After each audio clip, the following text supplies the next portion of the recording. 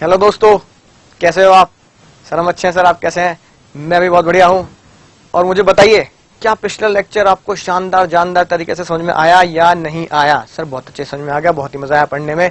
और हमने last lecture में अगर ध्यान दो तो पढ़ लिया था अनअसर्टेन गुड्स की और असर्टेन और स्पेसिफिक गुड्स की ओनरशिप कब पास होती है। ठीक है, बहुत डिटेल में और बहुत शानदार तरीके से हमने ये चीज पढ़ ली थी।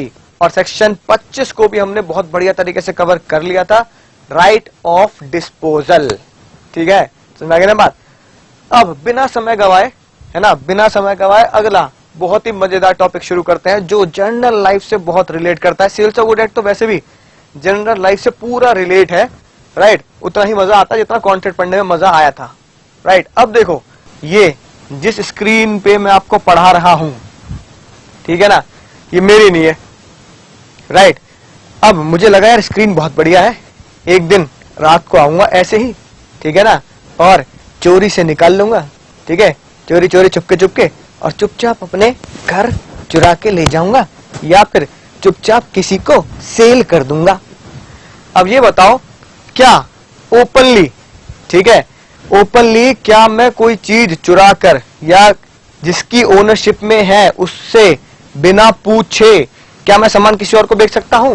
बेच सकता हूं या नहीं बेच सकता? आप कहोगे सर ये कोई पूछने वाली बात है, बच्चा जानता है, ठीक है, बचपन से ही, राइट, जब होश संभाला था तब से इसी बात पे कुटते आ रहे हैं घर वालों से कि किसी और का सामान क्यों लिया, या और बचपन से हमेशा ही मैडम से पिटते आ रहे हैं स्कूल में, मैडम इसने मेरी पेंसिल चुरा ली, इसने मेरी रबड़ चुरा ली। याद है बचपन की? याद है? वाह, क्या वही मजा था बचपन में, है ना, राइट। तो खुद देखो, एक बच्चे को शुरू से ही ये टीचिंग, शिक्षा मिलती है, किसी और का सामान उससे बिना पूछे नहीं लेना। मिलती है नहीं मिलती? ये तो शिक्षा मिलती है ना बचपन से, बिना पूछे किसी से कुछ नहीं लेना। तो जो बात बचपन की है वो बचपन में पढ़नी पड़ रही है, लेकिन विद सेक्शन पढ़नी पड़ रही है।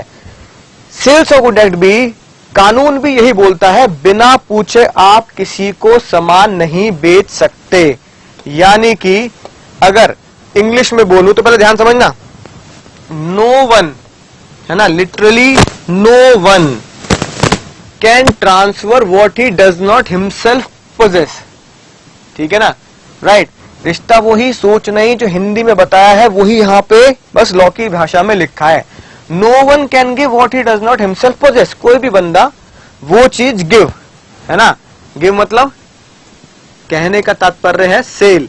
कोई भी बंदा वो चीज नहीं सेल कर सकता जो उसकी पोजीशन में, है ना, है ही नहीं। ठीक है ना, यानी उसकी ओनरशिप में नहीं है। कहने का मतलब ये है, यहां पोजीशन की जगह क्या लिखा होना चाहिए था? ओनर, ओनरशिप लिखा होना चाहिए कायदे में।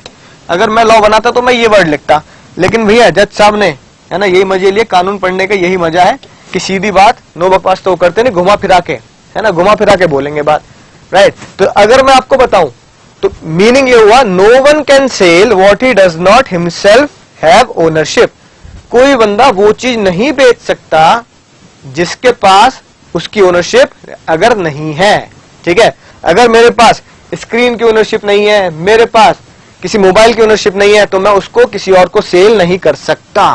सब समझने के बाद, बहुत जनरल सी बात है, बचपन से पढ़ते आ रहे। अब इसे मंगल ग्रह की भाषा में क्या बोलोगे? ठीक है ना, मंगल ग्रह की भाषा में क्या बोलोगे? नेमोडेटक्वाड नॉन हैबिट। सर ये क्या बोलते हैं? नेमोडेटक्वाड नॉन हैबिट। ठीक है, राइट। नमो नमो नमो, नमो तो सुना था, ये भाई साहब नमो, ये वो नमो नहीं है तुम सोच रहे हो, ठीक है, राइट। तो सर इसे पढ़ने में ऐसा लग रहा है नमोदत्त। नलायको, कानून की धज्जे उड़ाओगे। क्या याद रखना है? खैर ओरल तो है नहीं, लिखना है, पर स्पेलिंग याद रख लेना। नेमोडेटक्वाड नॉन हैबिट, यानी इस शब्द को याद रखना बहुत जरूरी। बिल्कुल कैसे? जैसे हमने पढ़ा था कंसेसस एडिडम, है कि नहीं बात? Jus in rem, jus in personam, ab initio, ऐसे ही नेमोडेटक्वाड नॉन हैबिट। इसका मतलब यह है कोई भी बंदा वो चीज नहीं बेच सकता जो उसकी नहीं है, राइट। इसको याद रख लेंगे लैटिन मैक्सिम को, और ये उसका मीनिंग हो गया। अगर बात समझ में आ गई, सेक्शन 27 यही कहता है। अब देखो क्या लिखा है। अच्छा ये बताओ, अगर चाशनी मीठी है, चाशनी समझते हो ना, चाशनी अगर मीठी है तो रसगुल्ला कैसा होगा? सर रसगुल्ला भी मीठा ही होगा। अब देखो पता क्या होता है, रसगुल्ला बनता कैसे है? पहले तो गुल्ले गुल्ले बनाते हैं, गुल्ले गुल्ले तो बनाओगे, पहले गोल गोल से गुल्ले गुल्ले बनते हैं, फिर चाशनी यानी रस, रस अलग से होता है, तो गुल्ले गुल्ले को रस में डाल देते तो वो बनता है रसगुल्ला, है कि नहीं बात? तो गुल्ले बने रस में डाले तो रसगुल्ला। चाशनी अगर मीठी है तो रसगुल्ला भी कैसा होगा? मीठा ही होगा, समझ गए ना, राइट। अगर चाशनी की जगह दही डाल दो तो दही में अगर आप गुल्ला डालेंगे तो क्या बन जाएगा? दही गुल्ला, ठीक है नहीं बात? इसका मतलब यही है, चाशनी का जैसा स्वाद है ना, गुल्ला भी बिल्कुल उसी रंग में हो जाएगा। सेम बात, सर मैं ये क्यों बोल रहा हूँ खतरनाक खतरनाक बात है, सेम बात हमारे साथ यहां लगती है। अगर मेरा टाइटल डिफेक्टिव है, मेरा टाइटल अगर डिफेक्टिव है और मैं सेल कर रहा हूं आपको, और मैं चोर हूं, मैंने किसी से सामान, ठीक है, उठा लिया, किसी से बिन पूछे सामान ले लिया और आपको बेच दिया, तो अगर मेरा टाइटल डिफेक्टिव है तो आपका टाइटल भी डिफेक्टिव ही माना जाएगा, ठीक है ना। चाशनी अगर मीठी है तो गुल्ला भी, रसगुल्ला भी मीठा ही माना जाएगा, समझ में ना बात? यानी कि कोई भी पर्सन वो चीज अगर उठाता है ना, बेच देता है किसी और को जो उसकी नहीं है, तो वो आपकी भी नहीं होगी। If my title is defective then automatically your title is also defective, right. तो देखो क्या बात लिखी है, यही बात तो लिखी है नलायकों। इफ द सेलर्स टाइटल, ठीक है जी, मैंने मोबाइल उठाया किसी और का, मैंने स्क्रीन उठाई आपको भेज दी, मेरा टाइटल डिफेक्टिव है क्योंकि मेरी स्क्रीन है ही नहीं, तो बायर कौन हुए? बायर हो गए आप। तो नलायकों जाने अनजाने आपका टाइटल भी डिफेक्टिव है, because buyer acquire his title to the goods from the seller, hence the seller can not give better title to the buyer than he himself has. यानी कि जो मेरे पास है ही नहीं वो मैं आपका बना ही नहीं सकता, है कि नहीं बात?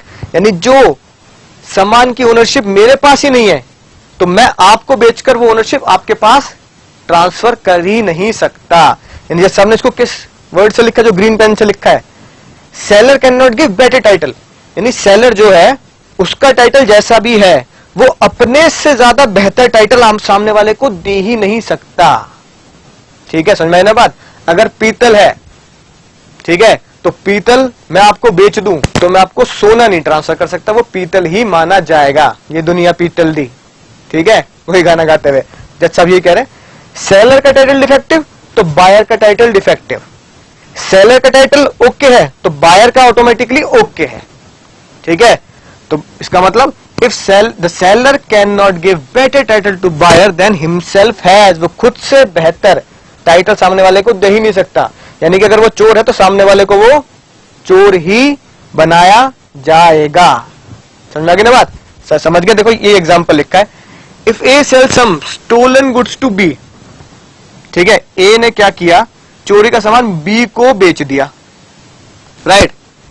B buys in good faith, B will get no title to that and the true owner has right to get back the goods from B, ठीक है। बी ने उसे खरीदा लेकिन बी को टाइटल मिलेगा ही नहीं। टाइटल का मतलब क्या है? ओनरशिप। बी को ओनरशिप मिलेगी नहीं, है ना, और बी को ट्रू ओनर को सामान लौटाना पड़ेगा। मान लो ट्रू ओनर एक्स है तो एक्स जब डिमांड करेगा तो बी को वो सामान लौटाना पड़ेगा, समझ में आई ना बात? राइट। हाँ, अगर आपके अंतरात्मा बिल्कुल कूद कूद के बोल रहे सर बी के साथ क्या होगा, तो कोई दिक्कत नहीं है। बी क्या करेगा? बी ए के ऊपर केस कर देगा और अपना पैसे भी लेगा और डैमेजेस भी लेगा, जो नॉर्मली एक इंसान करता है अपने हक के लिए। सर बात समझ में आ गई? कोई दिक्कत वाली बात नहीं है। अगला देखो, लियो वर्सेस बाइस। एक्स ने फिर से टीवी चुराया, जैसे मैं चुराने की बात कर रहा हूं, और वाई को दे दिया, ठीक है। वाई ने, एक ऑक्शनर है, ठीक है, वाई ने उस टीवी को जेड को बेच दिया। जब कोर्ट तक ये बात पहुंची तो क्या हुआ? जेड जिसने, ठीक है ना, ऑक्शन में गुड्स खरीदा है उसके पास उसका टाइटल ही नहीं है। क्योंकि X had no title to it, क्योंकि जिसका वो सामान है वो उसका खुद का ही नहीं है। अब बताओ, एक्स ने अगर चोरी का सामान खरीदा है और उसने चाहे वो खुद बेचा हो, चाहे उसने किसी ऑक्शनर से बिकवाया हो, भैया सामान एक्स खुद खरीदे या अपने एजेंट से बिकवा दे, पर सामान तो चोरी का है ना। तो भैया अगर चोरी का सामान है तो सामने वाले को आप बेटर टाइटल दे ही नहीं सकते। तो सेम ऊपर वाली कहानी है, ठीक है ना, राइट। जेड के पास ओनरशिप नहीं जाएगी, जेड को सामान ट्रू ओनर को लौटाना पड़ेगा। और फिर वही बात, जेड को अगर गुस्सा आएगा तो जेड एक्स के ऊपर और वाई के ऊपर केस कर सकता है। सर समझ में आ गई बात, मजा ही आ गया, राइट। तो इसका मतलब क्या बात हमने याद कर ली, nemo dat quod non habet. और मैं बताता हूं पहले जब क्या होता था, एमसीक्यू क्वेश्चन आते थे ना लॉ में, एक बार आईसीआई ने गेम खेल दिया बहुत जबरदस्त। उन्होंने एमसीक्यू में पता क्या लिखा, पहले ये दिया, no one can transfer what he does not himself possess is the Latin maxim, क्या बनेगा, nemo dat quod non habet. तो उन्होंने पता क्या किया, पहले बनाया नेमो नॉन क्वेड हैबिट, फिर बनाया nemo dat non habet quod, फिर बनाया nemo dat habet quod non, shuffle कर दिए ये चार शब्द। बच्चा अगर ढंग से याद ना करे, ठीक है, और आपको ये ढंग से पता ना हो कि कौन से शब्द कहां लगेंगे, बच्चे गलती कराए। क्यों सर, ऐसा सोचा नहीं था कि ऐसे भी वो घुमा फिरा देंगे, राइट। तो बहुत ध्यान से, मतलब मेरे कहने का मतलब है क्वेश्चन तो भाई कैसे बनाया जा सकता है, आपको बहुत शिद्दत से बहुत ध्यान से पढ़ना है, राइट। तो nemo dat quod non habet है, शफल नहीं कर देना इन शब्दों को। सर समझ गए सर, ऐसा भी क्वेश्चन आ जाता है, हाँ ऐसा भी क्वेश्चन आ जाता है। अब मुझे वो बताओ, अगर मैं आपसे कहूं क्या ये पॉसिबल है कि अगर मैं सोच समझ के होता है ना, ये स्क्रीन आपको सेल करूं, मैं ओनर नहीं हूं इसका, मैं ओनर नहीं हूं, फिर भी मैं आपको ये स्क्रीन सेल करता हूं, तो क्या ये सेल वैलिड मानी जाएगी? अगर मैं कहूं हां मानी जाएगी, तो थोड़ा सा दिमाग लगाओ, अपने घुटनों पे स्ट्रेस दो, है ना, अपने घुटनों से पूछो स्ट्रेस देके कि ऐसा कब हो सकता है कि मैं इसका ओनर नहीं हूं, फिर भी मैं आपको बेचूं और ये सेल वैलिड हो जाए। How does it possible, how does it possible?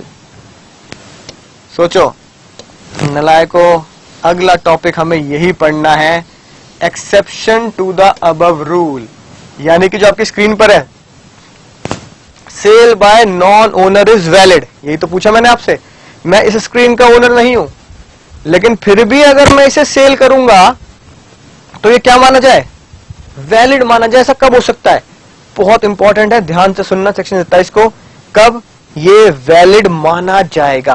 और मजेदार बात यह है कि आप जानते हैं, है ना, आप जानते हैं, बस आपको बस यहां पर ध्यान से पढ़ना है, फिर आपको समझ आएगी बात, सर ये तो हम पहले से जानते हैं। एक एग्जांपल आपको मैंने दिया था, मैं बस में हूं, ठीक है, राइट, बस में एक सेलर आता है ना, बोल बोल के बेचता है, डिस्क्रिप्शन वाला याद है, गोल्ड प्लेटेड चेन, सोने से कम नहीं खोने का गम नहीं, सोने से कम नहीं खोने का गम नहीं, ले जाइए सर, पानी में भिगोइए, है ना, जमीन पे रगड़िए, प्लेटेड गोल्ड प्लेटेड है, पानी उतरेगा ही नहीं, राइट।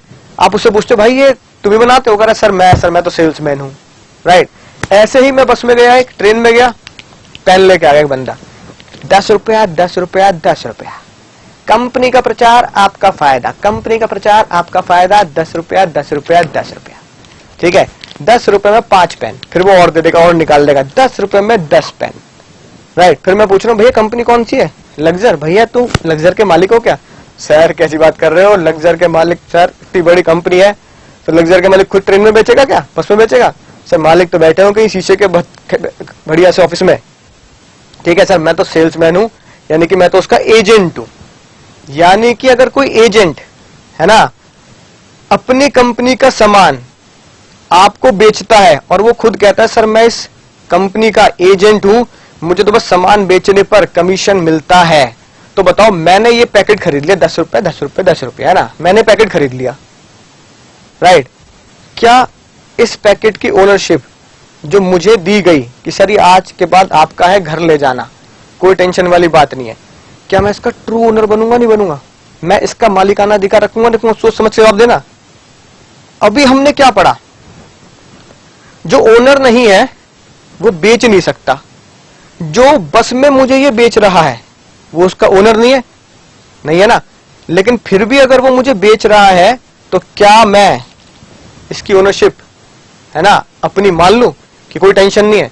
तो जज साहब ने कहा बिल्कुल मान लो, यही तो पहला एक्सेप्शन है, कानून इसकी इजाजत देता है।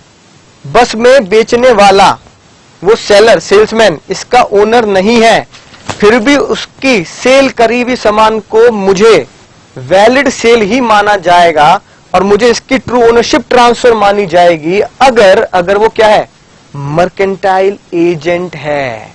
एक्सेप्शन पहला। सर मजा आ गया तो सुन के, ऐसा भी हो सकता है? हाँ नलायको, ऐसा भी होता है। क्या लिखा है? नॉन ओनर होगा, नॉन ओनर सेल कर रहा है और वो सेल क्या मानी गई, बिल्कुल वैलिड मानी गई। ठीक है, अगर वो बेचने वाला बंदा कौन है, एजेंट है। सबसे पहले ध्यान रखना, एजेंट ही होना चाहिए, एजेंट ही होना चाहिए।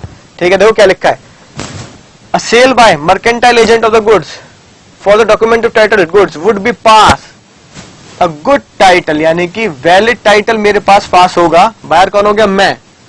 अगर ये बातें पूरी होती हैं, सबसे पहली बात, he was in the position of the goods और document with the consent of owner, with the consent of owner, with the consent of owner, यानी कि जो इन गुड्स का मालिक है लग्जर कंपनी, उसकी कंसेंट से वो ये सामान मुझे बेच रहा है। ठीक है, उसके पास उनकी कंसेंट होनी चाहिए, राइट। दूसरी बात, एजेंट जो है वो ऑर्डिनरी कोर्स ऑफ बिजनेस, यानी कि नॉर्मल, यानी कि वो ऐसा ही बिजनेस करता है, यानी नॉर्मल है कि ये सामान एजेंट के द्वारा बेचा जाता है। तो ऑर्डिनरी कोर्स ऑफ बिजनेस ही ज्यादातर लोग क्या करते हैं, एजेंट के थ्रू ही अपना सामान बिकवाते हैं। सबसे मजेदार बात जो समझने वाली है, जो बायर है ना, बायर, जैसे इस केस में मैं हुआ, मैंने सामान खरीदा, बायर होना चाहिए, मैं उसे पता क्या बोलता हूं, बायर होना चाहिए भोलू। क्या होना चाहिए, भोलू, बहुत ही मासूम सा, मेरी तरफ बहुत ही मासूम सा भोलू होना चाहिए वो। सब भोलू का मतलब, भोलू का मतलब है दो बातें।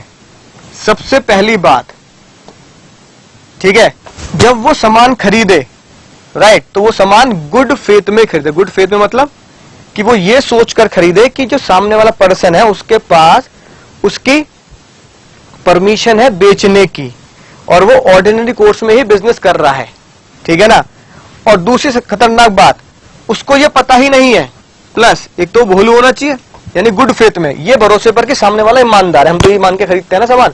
आप कभी भी सामान दुकानदार से खरीदते हो, किसी भी दुकानदार से खरीदते हो, आप जाने अनजाने क्या मानते हो कि वो भोलू है, यानी कि वो ईमानदार है, राइट। दूसरी बात, अगर वो मान लो ईमानदार नहीं है, अगर वो ईमानदार नहीं है तो मुझे इस बात की नॉलेज ही नहीं है, ठीक है, I have no knowledge, I have no knowledge, मुझे इस बात का जरा सा भी इल्म भी नहीं है। इल्म समझते हो ना, जानकारी, कि बेचने वाले के पास जरा सा भी इल्म नहीं है, बेचने वाले के पास अथॉरिटी ही नहीं है बेचने की।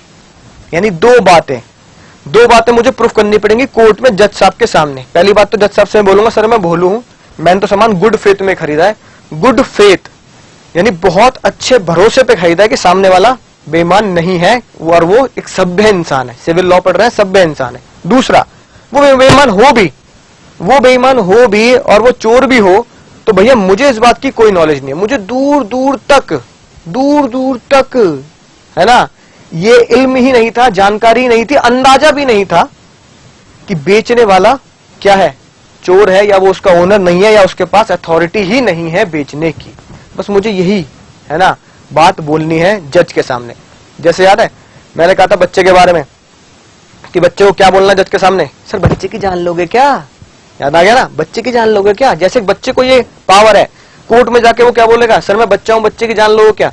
ऐसे ही सेल्स ऑफ गुड एक्ट में बायर, आप और मैं बायर हैं अगर, तो सेल्स ऑफ गुड एक्ट हमें इजाजत देता है कोर्ट के सामने बस दो बातें बोलनी है, बच्चे की जान लोगे क्या ये नहीं बोलनी, कोर्ट के आगे बोलना है सर मैं भोलू हूं, गुड फेथ बायर हूं, मैं भोलू हूं, गुड फेथ बायर हूं, और सर मुझे दूर दूर तक ये जानकारी नहीं है, दूर दूर तक अंदाजा ही नहीं है, दूर दूर तक अंदाजा ही नहीं है कि बेचने वाला चोर है या उसके पास अथॉरिटी नहीं है बेचने की। तो ये दो बातें, गुड फेथ और कोई जानकारी नहीं है, कोर्ट में प्रूफ करनी पड़ेंगी आपको, तो केस ऑटोमेटिकली आपके फेवर में जाएगा। और मैं इधर बताऊं, आने वाले जितने भी पॉइंट हैं, ये दो पॉइंट भोलू और मेरे को कोई अंदाजा नहीं है बेचने वाला चोर है या उसके अथॉरिटी नहीं है, ये फिक्स है, इसलिए मैंने आपको यहां डिटेल में बताया है। सर समझा के बाद, पहला कौन सा बंदा हुआ जो सामान नहीं जो सामान बेच सकता है अगर वो ओनर भी नहीं है। ठीक है सर, बात समझ में आ गई। अगली बात देखो, अगली मजेदार बात, याद है क्या? तुम्हें याद है जब मैंने तुम्हें कॉन्ट्रैक्ट पढ़ाया था तो मैंने 3 लोगों के बारे में जिक्र किया था, जय, वीरू, बसंती, जॉइंट ओनर्स। हाँ सर याद आ गया, ठाकुर भी थे उसमें, है ना ठाकुर साहब? हाँ। अब देखो, जय, वीरू, बसंती ने, सुनना ध्यान से, जय, वीरू, बसंती ने एक टांगा खरीदा, ठीक है ना? अब मुझे बनाना नहीं आता, मान लो हॉर्स ही है, धन्नो, ठीक है जी, और यहां पीछे ग्राहक बैठा रखे हैं, ठीक है, बहुत सारे, राइट।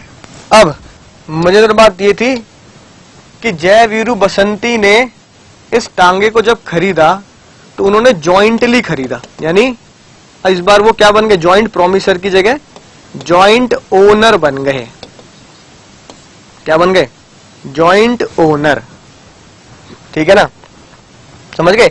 यानी कि एक ही चीज के 3 मालिक। ये वो जॉइंट, वो वाले जॉइंट नहीं है जो तुम सोच रहे हो सर जॉइंट्स हाई होके, वो नहीं है, ठीक है नालायक हो, तुम्हारा दिमाग कभी उधर जा रहा हो, ठीक है ना? क्या बन गए? वो जॉइंट ओनर बन गए, राइट। अब सुनना ध्यान से, ये टांगा तीनों की ओनरशिप में है, यानी टांगे के धन्नों के 3 ओनर, 3 मालिक, राइट। जज साहब ने देखो क्या बोला, कायदे में तो ये है जब तीनों मालिक हैं तो तीनों ही उस टांगे को क्या कर सकते हैं? मिलके खरीदा है तो मिलके ही बेचेंगे। लेकिन जज साहब ने कहा अगर सुनना ध्यान से, तीनों में से एक ने भी, मान लो जय ने अकेले ही ये डिसीजन ले लिया कि मैं ये टांगा, है ना, बेच रहा हूं, किसको? मान लो ठाकुर को बेच रहा हूं, और जय ने ये बताया ही नहीं ना वीरू को ना बसंती को कि मैं टांगा बेचने वाला हूं, और उसने बेच दिया। अब सवाल ये उठता है क्या ठाकुर साहब के पास इसकी ओनरशिप वैलिड पास होगी या नहीं होगी? क्वेश्चन कहां घूम के आया? Nemo dat quod non habet. अगर वो इसका ओनर माना गया, अगर जय इसका ओनर माना गया तो ठाकुर साहब को ओनरशिप वैलिड तरीके से पास हो जाएगी, और अगर जय इसका ओनर नहीं माना गया तो ठाकुर साहब गए काम से, ठाकुर साहब को वो टांगा लौटाना पड़ेगा। ठीक है, क्या केस बनेगा बताओ? तो जज साहब ने पता क्या बोला, भले ही वो जॉइंट ओनर है, तीनों ने मिलके खरीदा है, लेकिन अगर एक जॉइंट ओनर चाहे तो वो सोल ट्रांजैक्शन कर सकता है, वो अकेले ही ट्रांजैक्शन कर सकता है और वो बेच सकता है और उसकी सेल वैलिड मानी जाएगी। ठीक है, देखो ये लिखी बात, राइट, समझ के ध्यान से देखेंगे। Sale by one who have sale by one of the joint owners. If one of the several joint owner, one कौन हो गया हमारे केस में? जय। सेवरल जॉइंट ओनर कौन हो गया?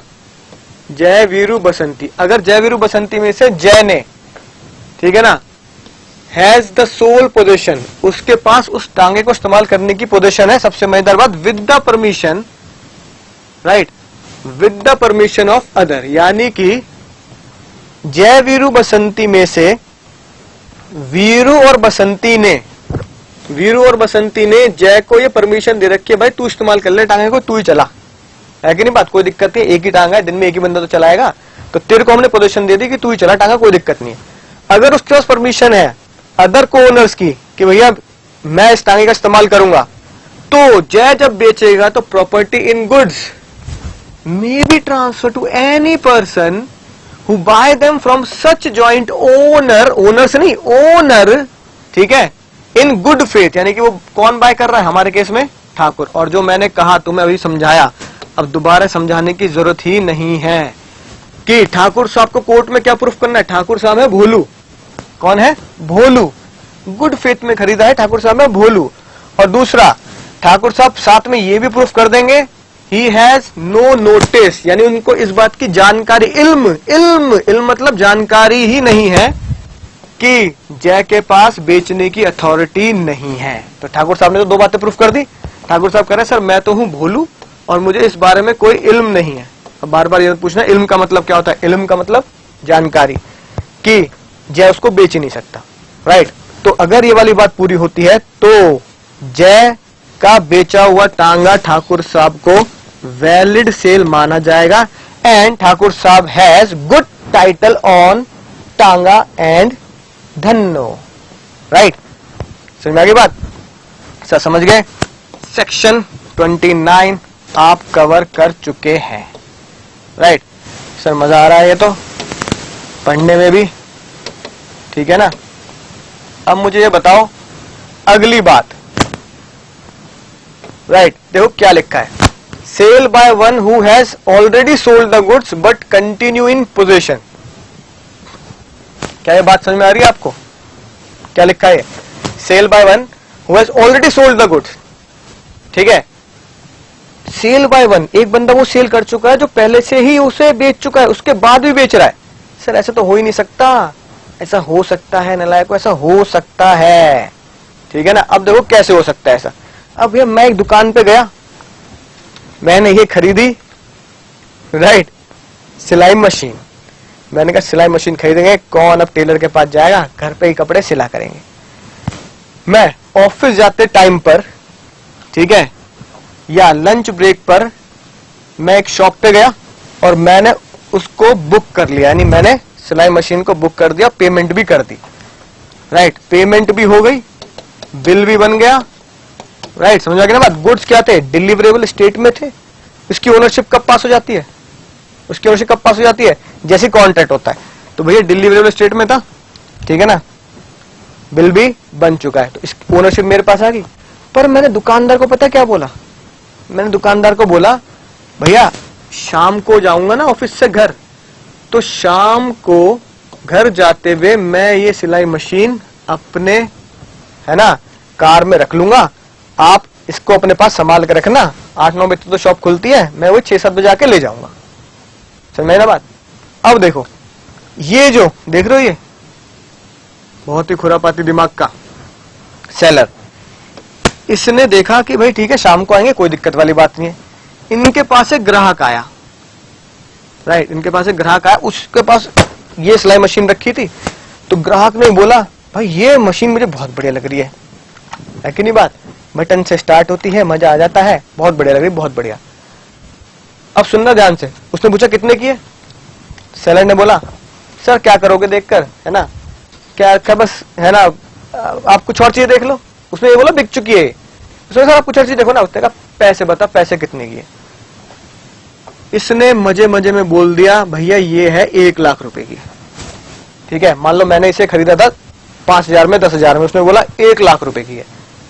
बायर ने क्या बोला? बायर ने बोला ठीक है दिए 1 लाख, 1 लाख अभी लो और मुझे अभी पैक कर दो ये मशीन। अब इसके मन में क्या है? इसके मन में आया लालच, तो ये केस बना लालच के ऊपर, ठीक है ना। लालच आया, बचपन से पढ़ते आए, लालच बुरी बला है। अब सुनना ध्यान से, हुआ क्या? अब भाई साहब ये भाई साहब तो उस मशीन को सिलाई मशीन को 1 लाख रुपए में ले गए। मैं शाम को घर पहुंचा, सुनना ध्यान है, शाम को दुकान पे पहुंचा, मैंने कहा भैया मेरी सिलाई मशीन कहाँ है, ठीक है। उसने क्या किया, मजे मजे में, सर वो तो गिर गई, खो गई, ऐसा हो गया, वैसा हो गया, फलाने वहां के बहाने बनाए। लेकिन इत्तेफाक से यही ग्राहक वहां पे आ गया, कह रहा सर वो जो आपने सिलाई मशीन दी थी ना उसको एक बार इंस्टॉल कर दो, पता नहीं कैसे चलेगी। मैंने कहा क्या मतलब? तब मुझे पता लग गया इसने क्या किया, वही मशीन उसको बेच दी। और जब फिर सारे कोर्ट में, सुनना ध्यान से, कोर्ट तक बात पहुंची, तो कोर्ट में खुलासा हुआ कि लालच में, 1 लाख के लालच में उसने ये मशीन बेची है। अब बताओ, अब मैं उसका ओरिजिनल ओनर, एक तरीके से मैं उसका ओनर हो गया क्योंकि मैंने पहले खरीद ली थी वो मशीन, ये उसके नेक्स्ट बायर हो गया, ठीक है ना। और ये बेईमान सेलर हो गया, जैसे लालच में मशीन बेच दी। अब मैं भी हूं और भाई साहब ये भी हैं। सबसे पहला सवाल तो ये, इसको तो बाद में झेलेंगे, पहला सवाल ये है मशीन, सिलाई मशीन इसकी होगी या सिलाई मशीन मेरी होगी? सर आपकी होनी चाहिए क्योंकि आपने इसके पहले कॉन्ट्रैक्ट किया है कि नहीं बात? तो नलायक हो, जज साहब ने कहा सिलाई मशीन होगी इनकी, राइट। तो कुछ लॉ के पॉइंट्स को बहुत गहराई समझने के लिए होते हैं, इसलिए बहुत ध्यान सुनना। क्यों क्योंकि सुनना ध्यान से, क्योंकि ये जो है बंदा जो खरीद के गया, एक तो बेचारा वैसे ही इतनी महंगी खरीद ली इसने, और इसने पता 2 बातें प्रूफ कर दी। सर जब मैंने बेईमान सेलर से मशीन खरीदी तो मैं तो भोलू था, मैं गुड फेथ में मशीन खरीद के लाया, मुझे पता ही नहीं था, ठीक है, कि मशीन इसकी है ही नहीं। और दूसरा इल्म, दूर दूर तक मुझे जानकारी लगी नहीं थी, दूर दूर तक इसके फेस से ऐसा लग नहीं रहा था कि इसके पास अब अथॉरिटी नहीं है बेचने की, क्योंकि वो पहले ही बेच चुका है। तो अंतरात्मा आपकी क्या कह रही है? सर आपका क्या होगा, पता क्या होगा? मैं इसके ऊपर केस करूंगा। अब मैं इसके ऊपर केस करूंगा बेईमान के ऊपर, और हो सकता है कोर्ट मुझे क्या कह दे, जितने भी पैसे हैं, एक तो सर के पैसे लौटा, तो मान लो मैंने 10,000 रुपए दिए, तो 10 के 10 क्या हो गए, मेरे पास आ जाएंगे। और उसका कंपनसेशन जितने भी इसने किससे कितने एक्स्ट्रा कमाए, 90,000 ना, तो सब ये बोल सकते हैं 90,000 रुपए जो तूने आगे वाली पार्टी से एक्स्ट्रा कमा लिए हैं वो सर को लौटा दे एज अ कंपनसेशन। तो ये भी कोर्ट का फैसला आ सकता है, मुझे डैमेजेस इतने सारे मिल जाए, राइट। तो देखो यही बात लिखी है, ध्यान से पढ़ेंगे। Section 30 subsection 1, sale by one who already sold. ये वन कौन हो गया हमारा, ये हो गया ये बेईमान सेलर, ठीक है ना। Who already sold the goods, किसको बेच दिया उसने ऑलरेडी गुड्स? सर उसने मुझे बेचे दिया ऑलरेडी, ठीक है। बट कंटिन्यू इन पोजीशन, उसके पास अभी भी उसका पोजीशन है, यानी उसके पास वो भी सिलाई मशीन रखी है, राइट। समझ आ गई ना बात? किसको बेचा? भोलू को। तो देखो क्या लिखा है, इफ अ पर्सन, ध्यान से पढ़ेंगे, बहुत इंपॉर्टेंट बात है। If a person has sold the goods but continue, sold तो उसने मुझे कर दिया, but continue to be in the position of the them, ठीक है, या फिर उसके डॉक्यूमेंट ऑफ टाइटल उसके पास है, he may sell them to a third person, उसने क्या किया, थर्ड पर्सन को बेच दिया। एंड इस सच पर्सन कौन है? ये दो जो बैठे हैं बेचारे मासूम से, bought in good faith and without the notice of previous sale, और उन्हें पता ही नहीं है कि ये बेईमान सेलर है ना, पहले से ही वो मशीन मुझे बेच चुका है। ही वुड हैव कौन? ये, इन्हें हम क्या नाम देंगे? ये हमेशा क्या होंगे? भोलू। तो भैया जो ये भोलू है दोनों जने, good title to them although the property in goods has pass to first buyer. First buyer कौन हूं? फर्स्ट बायर हूं मैं, ठीक है ना। अ प्लेजी और other disposition of the goods और document of title by the seller in position are equally valid, ठीक है, समझ में आई ना बात? ठीक है ना, यानी कि सेम बात जो मैंने आपको बताई वही यहां लिखी है। अगर ऑलरेडी पोजीशन में है और वो बेच चुका है तो सेकंड बायर को गुड टाइटल दिया जाएगा। समझ आ गया? पढ़ गए? ठीक है, अगला देखो, right. Sale by the buyer obtaining position before the property in goods have vested in him. अब बताओ, सुनना ध्यान से कि ऐसा कब होगा, सुनना ध्यान से। Sale by obtaining position before the property in goods have vested in him, ऐसा कब होगा बताओ? सर पहली बात तो सर ये लिखा क्या है सर, ये समझ में नहीं आ रही बात। अब सुन लो, बहुत ही सिंपल सी बात। अगर किसी पर्सन ने मुझे कोई गुड्स दे दिए, राइट, सेलर ने मान लो मुझे ये गुड्स दे दिए, समझना ध्यान से, और मैंने सेलर को फोन किया, मेरे पास अभी ओनरशिप नहीं है ये, ठीक है, क्योंकि अभी इसके बिल नहीं बना, पर मैं इसकी पोजीशन ले आया और मैंने उसको फोन किया, मैंने कहा भैया मुझे ना ये आपके गुड्स दिए ना, मुझे इसका अपना ग्राहक मिल गया है, ठीक है, भैया आप अगर इजाजत दें तो क्या मैं बेच दूं? सेलर ने कहा सर मैंने तो अभी आपको बेचे ही नहीं है। मैंने कहा भाई चिंता क्यों कर रहे हो, ग्राहक मुझे आगे वाला मिल गया, जैसे उससे पैसे आएंगे मैं सारे पैसे आपको चुका दूंगा, इसमें टेंशन वाली क्या बात है, प्लीज यार प्लीज, ग्राहक चला जाएगा, ठीक है ना, सामान भी है बेचने के लिए तो बेचने दो। अब जो सेलर था ना मेरा जो सेलर था वो बहुत बेचारा बहुत ही ईमानदार था, वो पिघल गया, कह रहा चलो ठीक है यार देखो लेकिन ईमानदारी से काम करना। मैंने उससे पूछकर ये सामान आगे वाले पर्सन को बेच दिया, तो इसका मतलब क्या हुआ, एक ऐसा सामान जिसकी पोजीशन मतलब उसका फिजिकल फॉर्म मेरे पास है, लेकिन उसकी ओनरशिप यानी गुड्स के पेपर, टाइटल, कॉन्ट्रैक्ट, ओनरशिप के पेपर मेरे पास नहीं है। तो सामान है, ओनरशिप नहीं है, लेकिन फिर भी मैं इसे आगे वाले को बेच सकता हूं, अगर मैं अपने सेलर से परमिशन ले लूं। तो जज साहब ने कहा अगर परमिशन ले लिया आपने अपने सेलर से तो आपका बेचा हुआ सामान वैलिड टाइटल पास करेगा आगे वाले को। समझ गए?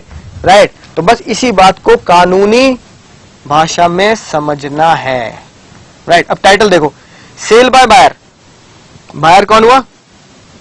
मैं हो गया बायर, ठीक है ना, जिसके बाद पोजीशन तो है। बिफोर द प्रॉपर्टी, प्रॉपर्टी मतलब ownership, before the ownership goods vested in him. अभी मुझे ओनरशिप मिली नहीं है, तो मैं उसका बायर तो हूं, लेकिन मुझे ओनरशिप नहीं मिली, लेकिन मैं आगे वाले सब बायर को बेच सकता हूं अगर where buyer with the consent of seller. अगर मैं पीछे वाले सेलर से परमिशन लेके आगे वाले को बेच दूं। राइट। तो क्या होगा?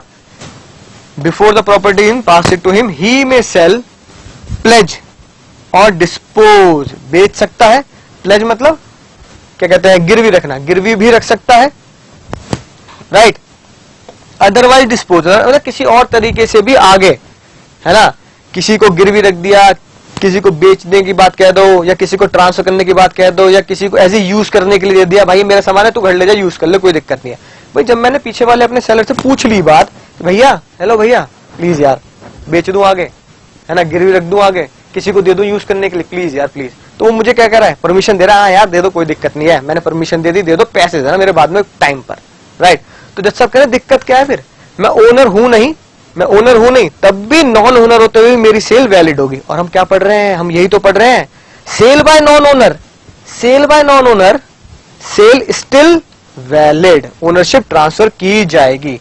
And if such person obtain the delivery in goods, और देखो वही बात जो मैंने पहले पॉइंट में समझाया वो हर जगह, सामने जो पर्सन मुझसे खरीद रहा है, एक तो वो भोलू होना चाहिए, भोलू, अरे भोलू भैया, है ना, और उसको इस बात की नॉलेज भी नहीं होनी चाहिए कि मेरे पास उन गुड्स को बेचने की परमिशन नहीं है, तो उसको गुड टाइटल मिलेगा। ये बात समझ में आ चुकी है, बहुत डिटेल मैंने आपको ये बात बता दी है। कौन सेक्शन कवर कर लिया? सेक्शन 31 हो गया, और सेक्शन 30 सबसेक्शन 2 भी कवर कर लिया, ठीक है ना। चिंता मत करो, आगे इसके एग्जाम्पल और पढ़ेंगे बिना किसी टेंशन के। अगली बात देखो, अगली बात मजेदार, ठीक है, सुनना ध्यान से। अब भैया किसी, है ना, नॉर्मली क्लास में क्या हुआ, अब किसी बच्चे का ना बैग रखा है, जैसे कि ये, ठीक है ना, बच्चे का बैग बिल्कुल बढ़िया तरीके से टेबल पे रखा है। राइट। अब मैंने बैग उठाया, बच्चा भी सामने बैठा है, हेलो भाई, ठीक है, मुस्कुरा रहा, देख लो, बच्चा भी सामने बैठा मुस्कुरा रहा है, ठीक है। दूसरे बच्चे ये बैठा कोने पे, समझ में आ रहा ना सब? नोटिंग चल रही है? हाँ सर नोटिंग चल रही है। अब इसका बैग, सुनना ध्यान से, बहुत मजेदार बात है, उस बच्चे का बैग, है ना, इस बच्चे का नाम हम, राइट, मान लो एक्स रख देते हैं, ठीक है ना। राइट। अब एक्स का बैग मैंने ढोलू को बेच दिया, राइट, इसकी आंखों के सामने, और ये अभी भी मुस्कुरा रहा है। मैंने कहा भाई बैग खरीदेगा? बैग में कुछ सामान भी है, हो सकता है खजाना निकल जाए। कितने का? भाई ये तो 100 रुपए का, तेरे लिए 100 रुपए का। वो मुस्कुरा रहा है, कुछ नहीं कह रहा। वो उस पर्सन का बैग, उसी के सामने मैं किसी और को, है ना, बेच रहा हूं, और वो चुपचाप मुस्कुरा रहा है। 100 रुपए निकाल, 100 रुपए निकाल भाई। उसने मुझे 100 रुपए दे दिए, ठीक है जी, और मैंने ये बैग उसे बेच दिया। अब तुम्हारे हवाले वतन साथियों, एंजॉय द बैग। मैंने कहा भाई सामान रख के लेके जाना, कोई दिक्कत नहीं है, 100 रुपए अपनी जेब में, है ना, रख लेता हूं। 100 रुपए जेब में रख लिए। वो मुस्कुरा रहा है, ठीक है, उसे लगा मजाक चल रहा है। तुम बताओ क्या ये सेल सोच समझ के जाओगे ना, क्या सेल वैलिड मानी जाएगी या नहीं मानी जाएगी? क्या सेल वैलिड मानी जाएगी या नहीं मानी जाएगी? बताओ। आपने कहा सर किसी और का सामान बेच रहे हो, उससे पूछ भी नहीं रहे, मुस्कुरा रहे हो, तो सेल तो बिल्कुल वैलिड नहीं होनी चाहिए। तो नलायक को जज साहब ने क्या बोला? बिल्कुल वैलिड मानी जाएगी। सुनना ध्यान से, बिल्कुल क्या मानी जाएगी? वैलिड मानी जाएगी। रीजन सुनो क्यों। इसे पता क्या नाम दिया? Effect of estoppel. एस्टोपल मतलब मना करना, यानी सामने वाले ने अगर, है ना, मुद्दे की बात ध्यान सुनना, सामने वाले पर्सन ने जिसका सामान है, उसने अपने ही सामान की सेल अपने ही आंखों के सामने किसी और को होते हुए देख रहा है और मुस्कुरा रहा है। सर मुस्कुराने की वजह तुम हो, गाना गा रहा है, और मना भी नहीं कर रहा। तो जज साहब ने कहा तुम्हारी आंखों के सामने तुम्हारा ही सामान किसी और को बेचा जा रहा है, ठीक है, और तुम चुपचाप देख के मुस्कुरा रहे, कुछ कह नहीं रहे। इसका मतलब पता क्या है? इसका मतलब मिस्टर एक्स, तुमने सर को अपने सामान का पता क्या बना रखा है? तुमने सर को अपने सामान का एजेंट बना रखा है। यानी हम ये मान लेंगे, अब गुस्सा मत करो, अब ना, अब रोने वाली बात नहीं ना, अब रोना नहीं, हम ये मान लेंगे, जज साहब ने बिल्कुल साफ साफ बोल दिया, भाई तुम भी सुन लो, हम ये मान लेंगे मिस्टर एक्स ने सर को अपना एजेंट बना रखा है। जब सर उसका बैग उसकी आंखों के सामने किसी और को बेच रहे हैं तो उसकी परमिशन है कि सर उसका बैग उसकी ही आंखों के सामने 100 रुपए का बेच दे, चाहे वो 1000 का ही क्यों ना हो, 100 रुपए का बेच दो। तो ये सेल क्या मानी जाएगी? वैलिड मानी जाएगी। और ऐसा होता भी है तुम्हारी आंखों के सामने, ठीक है, तुम्हारी आंखों के सामने तुम्हारा ही मोबाइल कोई बंदा उठा के बेच रहा है और तुम उसे रोक नहीं रहे। तुम्हें क्या होना चाहिए? रोकना चाहिए ना, अरे भाई क्या कर रहा है, मेरा मोबाइल है, क्या कर रहा है? तो तुम्हारे आंखों के सामने तुम्हारा ही मोबाइल अगर कोई और बेच रहा है और तुम मुस्कुरा रहे हो, उसे रोक नहीं रहे, तो ये माना जाएगा कि आपने उस बेचने वाले को अपना एजेंट बना लिया। इसे पता क्या नाम दिया? बहुत बच्चे इस बात को समझते नहीं है और मुझे उम्मीद है अब तुम इसको पूरी तरीके से समझ चुके हो। एक्स तुम भी समझ चुके हो, ढोलू भाई तुम भी समझ चुके हो, और आप भी समझ चुके हैं। इफेक्ट ऑफ एस्टोपल, यानी कि इफेक्ट ऑफ रोकना, यानी कि किसी को सामान बेचने से अगर आप नहीं रोक रहे हैं तो फिर वो सामान वैलिड सेल मानी जाएगी, इवन वो पर्सन उसका ओनर नहीं है। ध्यान से पढ़ेंगे अब। Where the owner is stopped by the conduct from denying the seller authority to sell, ठीक है ना, राइट, यानी ओनर को रोक दिया जाएगा ये बोलने से, ओनर को रोक दिया जाएगा, एक्स को रोक दिया जाएगा ये बोलने से मैं उसको बेचने की अथॉरिटी नहीं दे रहा, ये बोलने से रोका जाएगा। ठीक है, आप बताओ एक्स क्या बोलेगा कोर्ट में जाके? एक्स तो कोर्ट में जाके बोलेगा सर गलत किया है सर ने, ठीक है ना, मुझसे तो पूछा नहीं, मुझसे बिना पूछे ही क्या कर दिया गया, सामान बेच दिया गया मुझसे बिना पूछे। तो जज साहब ने क्या बोला? जज साहब ने बोला भाई तुम्हें अब यही कहने से रोका जाएगा, बस कुछ भी बोल दे, ये मत बोलना कि मैंने परमिशन नहीं दी थी। भाई अगर परमिशन नहीं दी थी तो मुस्कुरा क्यों रहे थे? तुम्हारा मुस्कुराना ही परमिशन माना जाएगा। तो कोर्ट में ये मत बोल देना कि मैंने परमिशन नहीं दी थी, ठीक है ना, कोर्ट में तो यही बोलना है कि सर बेच रहे थे, मैंने कुछ कहा ही नहीं। तो तुम्हारा कुछ ना कहना ही क्या माना जाएगा? तुमने परमिशन दे दी, ठीक है ना, right. Conduct of denying the seller authority, seller की अथॉरिटी नहीं है बेचने की, ये कहने से रोका जाएगा। द ट्रांसफरी कौन हो गया? Dholu will get the good title as against the true owner. True owner कौन है? एक्स, ठीक है ना। सेलर कौन है? मैं, और मैंने एक्स का क्या बेचा है? बैग बेचा है। ट्रांसफरी कौन है? ट्रांसफरी है ढोलू, ढोलू को मैंने बैग बेच दिया एक्स का।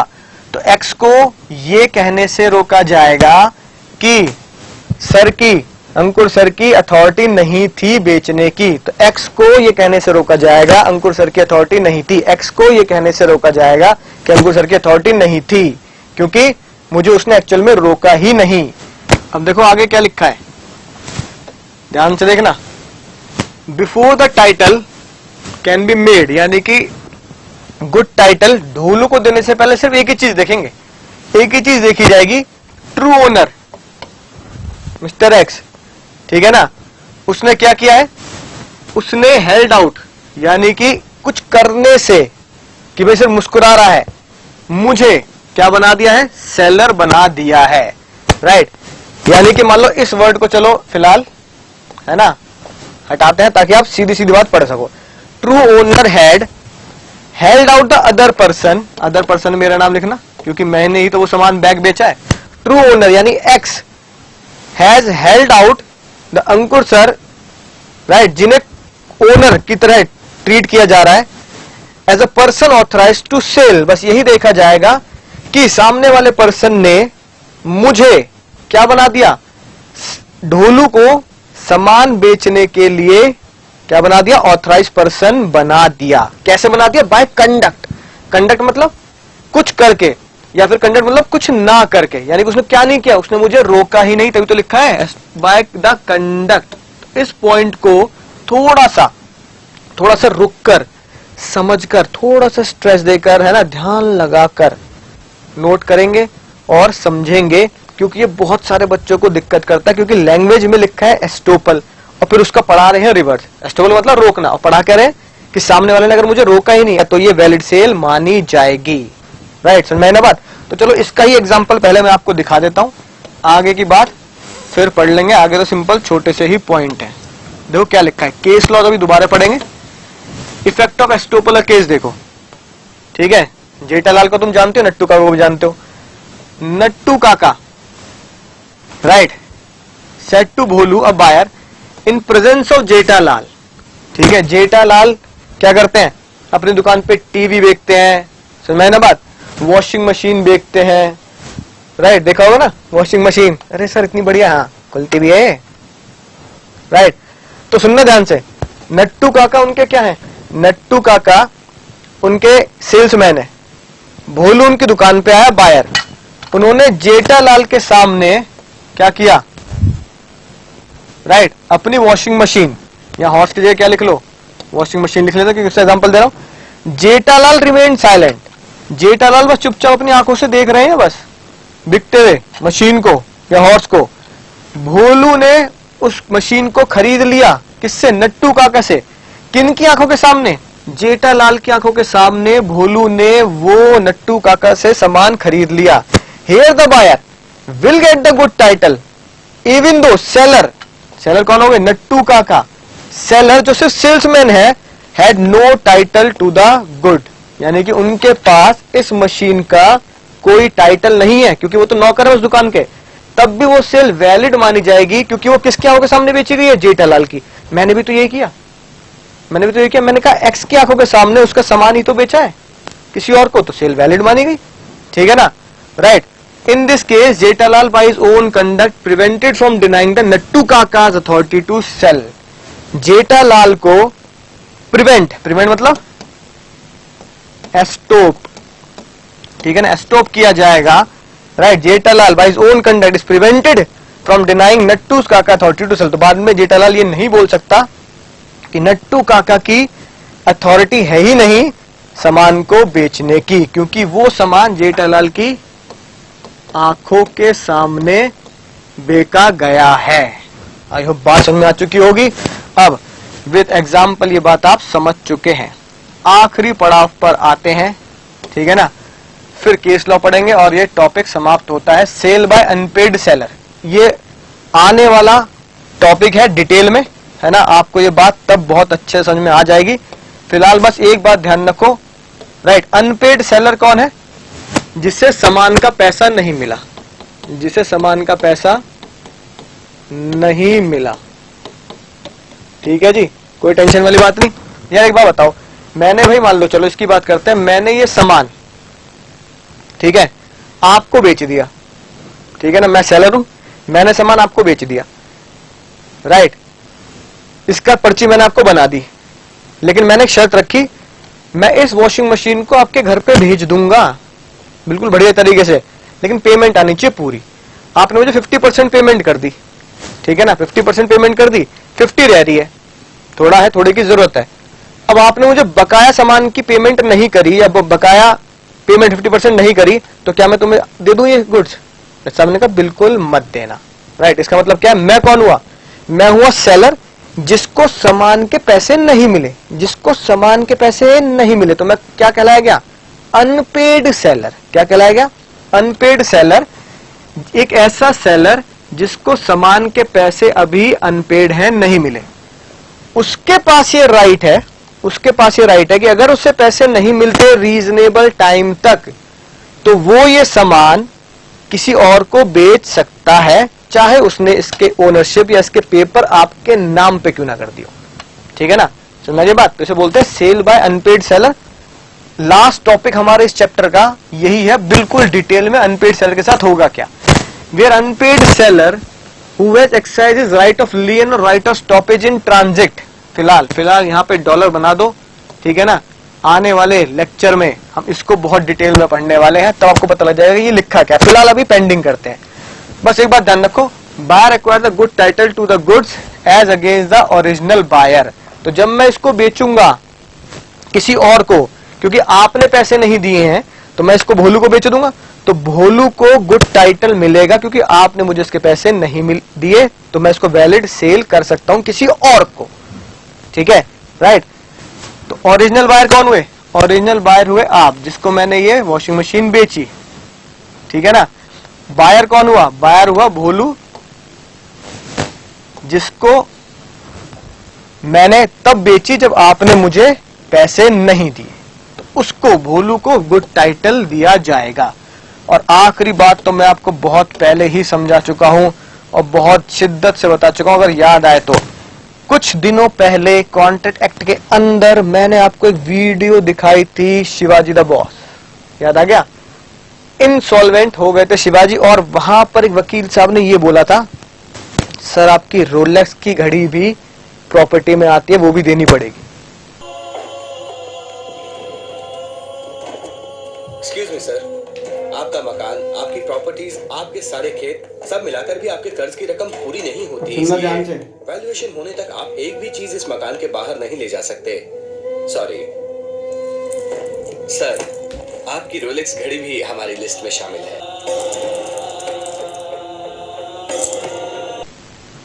है कि नहीं? बात ऐसे ही हुआ है। अब देखो, अब वो जो वकील साहब आए, क्या वो शिवाजी द बॉस के रोलेक्स घड़ी के क्या ओनर हैं? वो जो वकील साहब हैं जिन्होंने वो घड़ी मांगी, क्या वकील साहब रोलेक्स वॉच के ओनर हैं? सर वकील साहब रोलेक्स वॉच के ओनर नहीं है, लेकिन क्योंकि कोर्ट, आपको पता कानून से ऊपर कुछ नहीं हो सकता, कोर्ट ने इजाजत दे दी कि भाई साहब आप उसके ओनर नहीं है, लेकिन सामने वाला बंदा शिवाजी क्या हो चुका है? इंसॉल्वेंट हो चुका है, तो आप उसके ओनर ना होते हुए भी शिवाजी की वो घड़ी किसी और को बेचोगे ताकि आप उसकी इंसॉल्वेंसी में जो डेट है वो रिकवर कर सकें। ठीक है, स्टिल आप जब उसको बेचोगे तो वो रोलेक्स घड़ी की सेल बाय द वकील क्या मानी जाएगी? वैलिड सेल मानी जाएगी, और जिसको भी घड़ी बेची जाएगी वो उसका गुड ओनर, ट्रू ओनर मान लिया जाएगा। तो सेल इज वैलिड, किसके द्वारा सेल गई वैलिड होगी? बाय वकील साहब। ठीक है, अब उन वकील साहब को क्या बोला जाएगा? उन वकील साहब को बोला जाता है ऑफिशियल रिसीवर। या फिर अगर कंपनी डिसॉल्व हुई है, वहां पे तो शिवाजी द बॉस डिसॉल्व हुए थे, यानी इंसॉल्वेंट हुए थे, है कि नहीं बात?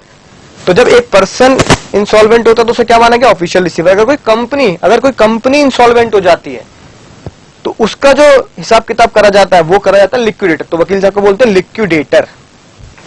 ठीक है, तो उनसे जो सामान खरीदेगा वो वैलिड सेल मानी जाएगी। और आखिर में एक बात, जो कॉन्ट्रैक्ट के आखिरी चैप्टर में मैंने आपको बताई थी, फाइंडर ऑफ गुड्स, जिसमें हमने गाना सुना था,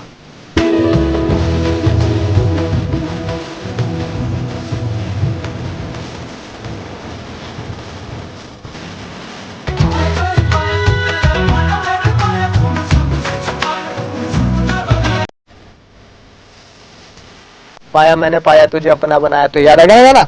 हाँ सर याद आ गया। तो फाइंडर ऑफ गुड्स अगर गुड्स अपने पास रखता है, ट्रू ओनर को ढूंढने की कोशिश करता है, ध्यान सुनना, फाइंडर ऑफ गुड्स को गुड्स पड़े मिले, ठीक है, वो अंगूठी पड़ी मिली, याद है? उसने पूरी दिलो जान से कोशिश करी, किसको ढूंढने की? ट्रू ओनर को ढूंढने की, वो मिला ही नहीं। ठीक है, तो फाइंडर ऑफ गुड्स को ये पावर दी जाती है कि वो उसको सेल करेगा किसी और को, तो वैलिड सेल मानी जाएगी। पहली बात। दूसरी बात, अगर सुनना ध्यान से, दूसरी बात, अगर गुड्स पेरिशेबल नेचर का है, किस नेचर का है? पेरिशेबल, और उसकी एक्सपायरी डेट आने वाली है और वो गुड्स एक्सपायर होने वाला है, तो फाइंडर ऑफ गुड्स को कोर्ट इजाजत देता है कि भाई साहब बेच दो, कोई दिक्कत नहीं है, खराब होने से अच्छा है कोई और उसे यूज कर लेगा। तीसरी बात ध्यान सुनेंगे, अगर फाइंडर ऑफ गुड्स ने वो सामान रखा अपने पास और उसकी कस्टडी के लिए, उसकी सिक्योरिटी के लिए स्पेशल इंतजाम किए गए, जैसे कि कोई बहुत बड़ी करोड़ों की ज्वेलरी पड़ी मिली और ट्रू ओनर को लौटानी है ईमानदारी से, तो उसके लिए उसने चौकीदार रखा, याद आ गया एग्जांपल जैसा मैंने आपको?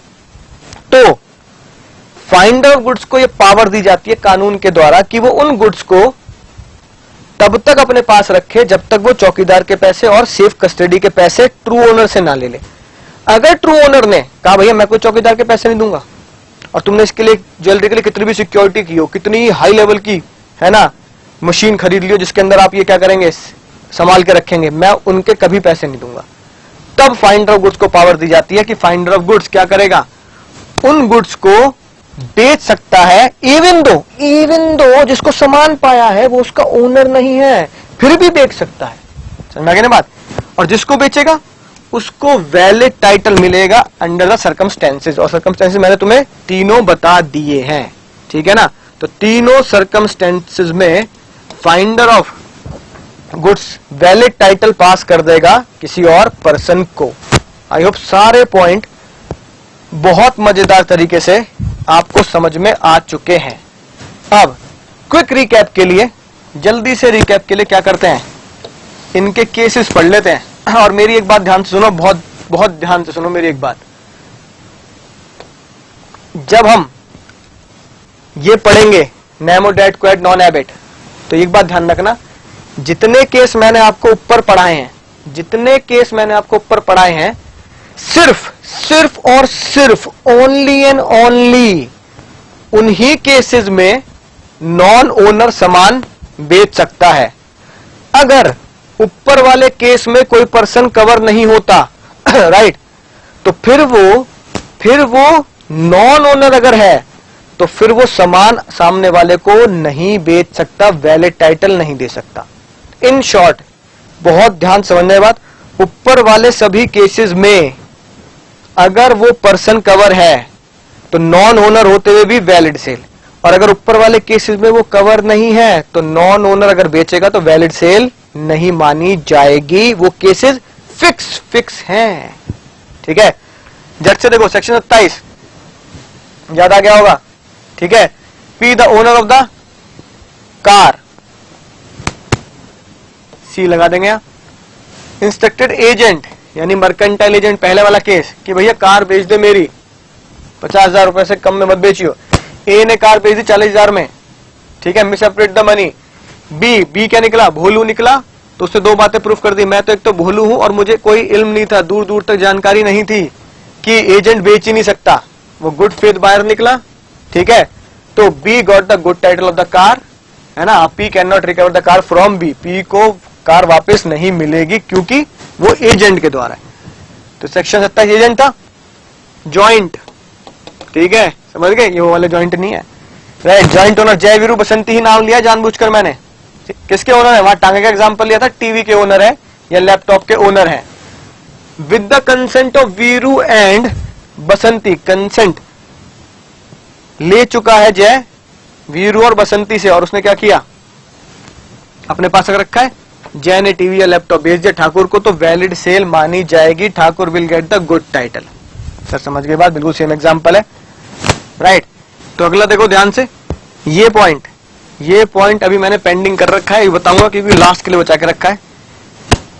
30 सबसेक्शन 1 ड्यूरिंग द जीपीएल समझते हो, गोकुल धाम प्रीमियर लीग, ठीक है। Tappu buy TV from Bhide agree to deliver the same to Tappu, कि बाद में दे दूंगा। In the meanwhile Bhide sell the same to Babita ji at higher price, जिन्होंने गुड फेथ में लिया था और उनको नॉलेज भी नहीं थी प्रीवियस सेल की, तो बबीता जी को गुड टाइटल मिलेगा, ठीक है। सेम से एग्जांपल लिया था। अच्छा, आखिरी बात देखो ध्यान से, सेक्शन 30 सबसेक्शन 2, देखो क्या बात लिखी है, ध्यान से समझना, राइट। केस क्या है, हायर परचेज मैंने आपको पढ़ाया था अभी कुछ लेक्चर पहले। तो हायर परचेज में आपको पता ही है, हायर परचेज में ओनरशिप कब जाती है, जब वो आखिरी इंस्टॉलमेंट पे करेगा। हाँ सर याद आ गया। और आखिरी इंस्टॉलमेंट से पहले बायर के पास ये राइट होता है कि कॉन्ट्रैक्ट को टर्मिनेट कर सकता है आखिरी इंस्टॉलमेंट से पहले, कि भैया मैं ये ले ही नहीं रहा कार। याद आ गई बात, ठीक है। यानी इसका मतलब जज साहब ने क्या बोला, जिसने कार ली है बैंक से लोन लेकर ईएमआई सिस्टम पे, उसके पास सिर्फ ऑप्शन है कार को खरीदने का। कब ऑप्शन है, जब वो आखिरी इंस्टॉलमेंट पे कर देगा। तो बैंक और लॉ ये मानता है कि जब आखिरी इंस्टॉलमेंट पे होगी ना, तब वो हम मानेंगे भाई उसने वो कार खरीद ली। यानी अभी तक तो उसके पास ऑप्शन है कॉन्ट्रैक्ट को कैंसिल करने का, या कहते उसके पास ऑप्शन है कि हाँ भाई मैं कार खरीद सकता हूं। तो भैया वो कवर नहीं होगा, है ना, इस सेक्शन के अंदर, जब तक कि कार को यूज करने वाला, बैंक से लोन लेने वाला, ईएमआई पे करने वाला सच में वो कार खरीद ना ले। और सुनना ध्यान से, एग्जाम्पल से बात और बढ़िया तरीके से क्लियर हो जाएगी। ए ने कार ली मारुति लिमिटेड से, ठीक है नहीं, कंडीशन कि भाई वो क्या करेगा, 7,000 रुपए की पर महीने की इंस्टॉलमेंट भरेगा, ठीक है, with an option to purchase it by payment of 2 lakh. समझ में ना बात। और उसमें ऑप्शन मिले कि जब वो खरीदेगा, राइट, तो वो 2 लाख रुपए की पेमेंट करेगा, राइट, 24 इंस्टॉलमेंट में। अब सुनो मुद्दे की बात क्या हुई।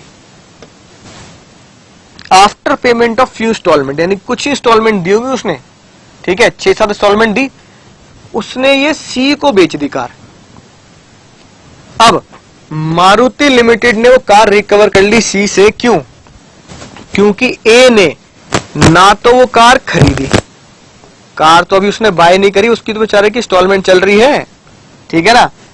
दूसरी बात, ना ही उसने एग्रीमेंट टू सेल किया, यानी एग्रीमेंट टू बाय किया, ना ही उसने एग्रीमेंट टू बाय किया और ना ही कार को एक्चुअली में बाय किया। बस और बस ही had the only option to buy the car, सिर्फ उसको ऑप्शन मिला हुआ है कि आखिरी इंस्टॉलमेंट तक या तो सारी पेमेंट करके कार ले ले, या आखिरी इंस्टॉलमेंट करके, आखिरी इंस्टॉलमेंट पूरी करके कार अपनी ओनरशिप में ले ले। अब ये बात समझ में आ चुकी होगी। इसका मतलब क्या हुआ, ए की करी हुई सेल वैलिड नहीं मानी गई। तो ए को पता क्या माना गया, ए को एक तरीके से क्या माना गया, बेली माना गया। समझ गए, ये बात मैंने तब भी बताई थी। जो हायर परचेज में कार लेता है वो क्या माना जाता है, बेली माना जाता है। तो बेली ओनर थोड़ी होता है। स्कूटी वाला एग्जांपल, तुम्हारी स्कूटी तुम्हारा दोस्त ले गया तो दोस्त ओनर थोड़ी हो गया। तो बेली जो है वो कभी वैलिड सेल नहीं कर पाएगा। तो हायरर को, यानी हायर परचेज ट्रांजेक्शन को सेक्शन 30 सबसेक्शन 2 कवर नहीं करेगा, ठीक है, समझ में आ गई बात। अब एक सेक्शन जो मैंने बिल्कुल आखिरी के लिए बचा के रखा था, वो इसलिए बचा के रखा था ताकि आप बहुत ध्यान से, बहुत शिद्दत से उसको समझ सकें, ठीक है। और वो था ये, sale by person position under voidable contract. मुझे बताओ क्या वॉइडेबल कॉन्ट्रैक्ट याद है? सुनना, बहुत बहुत तरीके से सुनना इस कहानी को। वॉइडेबल कॉन्ट्रैक्ट याद है? फ्रॉड, कोर्शियन, ठीक है, अनड्यू इन्फ्लुएंस, याद आ गया? हाँ सर याद आ गया। अब सुनो, अगर मैंने बंदूक दिखाकर गोली मार दूंगा, है ना, सामान छीन लिया किसी पर्सन से, तुमसे किसी से भी मैंने सामान छीन लिया, ठीक है। चलो इसका एग्जांपल ले लेते हैं। ये मोबाइल मैंने बंदूक दिखाकर तुमसे छीन ली बात, राइट, कि भैया जल्दी निकाल वरना गोली। तुमने डर के मारे, धमकी से, है ना, डर कर मुझे मोबाइल दे दिया। और मैंने इस पे एक बात और बोली, अगर ये बात किसी को पता लगी, अगर ये बात किसी को पता लगी तो याद रखना, गोली सीधा यहां मारूंगा, ठीक है, पूछूंगा नहीं, किसी को बताना मत। तुम डर गए, अरे सर ऐसी बात कर रहे हो सर, मैं नहीं बताऊंगा किसी को। अब सुनना ध्यान से, अब क्या वो कुछ महीनों तक सन्नाटा रहा, तुमने किसी को खबर नहीं दी, कोई रिपोर्ट नहीं की गई, कोई पुलिस रिपोर्ट नहीं बनी, कोई FIR नहीं हुई। 3, 4, 5, 6 महीने बीत गए। फिर मुझे लगा मामला ठंडे बस्ते में जा चुका है, एक काम करता हूं, किसी को बेच देता हूं। मैंने ये मोबाइल तुम्हारा किसी बच्चे को बेच दिया। मैंने कहा मोबाइल है तेरे लिए 5,000 में, है ना। बच्चे कह रहे सर 5,000 में बढ़िया लग रहा है, बढ़िया नया है बिल्कुल, 5,000 में। मैंने कहा स्पेयर पड़ा है, क्या करूंगा, तुम ले लो। 5,000 बेच दिए, 5,000 रुपए कैश ले लियो उससे। इत्तेफाक से वो बच्चा इसी मोबाइल को लेकर तुम्हारी क्लास में बैठा है, दोनों बात कर रहे हैं, है ना, मान लो अगले इंटर की कोचिंग में। अरे भाई ये मोबाइल तो देखा देखा से लग रहा है, तुमने चेक किया, है ना, अंदर तुमने अपना डाटा सेव कर रखा था कहीं गहराई में जाके, ठीक है, तुमने इधर उधर कहीं जाके चेक किया, EMI IME नंबर होता है ना इनका कुछ ऐसी, वो देखा, अपने बिल सब देखा अपने पास, ठीक है। तो तुमने देखा यार मेरे बिल पे इसका MIE नंबर लिखा है, इसमें भी जो सेम नंबर लिखा है, तो मेरा मोबाइल है। वो कह रहा पागल हो रहा, सर से खरीदा है, सर से खरीदा भाई मैंने, सर को चोर बता रहा है। तुम पता लगा अरे सर ने ही तो मुझसे छीना था भाई, ये मोबाइल मेरा है, मुझे वापस चाहिए, मुझे वापस चाहिए वाला मोबाइल। अब बात कोर्ट तक पहुंची, 3 जने खड़े कोर्ट में, मैं, जिसने बंदूक दिखाकर मोबाइल खरीदा है? एक वो बायर जिसने मोबाइल खरीदा, और एक तुम जिसका मोबाइल धमकी से लिया गया है। कोर्ट में जब बात पहुंची तो सबसे पहला फैसला तो ये करना है मोबाइल होगा किसका। ठीक है जी, मोबाइल होगा किसका। यहां तुम खड़े हो, यहां मैंने धमकी से तुमसे मोबाइल लिया बंदूक दिखाकर, और ये किसको सेल कर दिया? ये बेचारे भोलू को सेल कर दिया 5,000 रुपए में। ठीक है, अब बताओ किसका होगा मोबाइल? सोच समझ के जवाब देना। राइट, अब पढ़ रहे हैं तो अब बात समझ में आ रही होगी, भैया ये मोबाइल तो होगा भोलू का ही। ठीक है, भोलू का ही। क्यों? दो ही बातें भोलू ने प्रूफ कर दी। सर एक तो मैं भोलू हूं, गुड फेथ बायर हूं, ठीक है, और दूसरी बात प्लस में ये बात उसे एक और प्रूफ कर दी, मेरे को इस बात का अंदाजा ही नहीं था, इस बात का इल्म ही नहीं था कि सर भी सामान चुरा सकते हैं। ठीक है, दूर दूर तक मैं तो सर को ईमानदार मानता हूं यार, ऐसा तो कोई हो नहीं सकता कि सर सामान चुरा ले। ठीक है, फिर तुमने कहा सर भोलू को घर भेज दे, जा भाई जा भोलू घर जा। अब मैं और तुम खड़े रह गए कोर्ट में, तुम बोल रहे हो सर मेरे साथ नाइंसाफी क्यों, मेरा मोबाइल मुझे ही धमकी दी गई और मुझसे ही है ना छीन लिया गया और मुझे ही नहीं मिल रहा। सर ये तो सरासर नाइंसाफी है। जज साहब ने पता क्या बोला?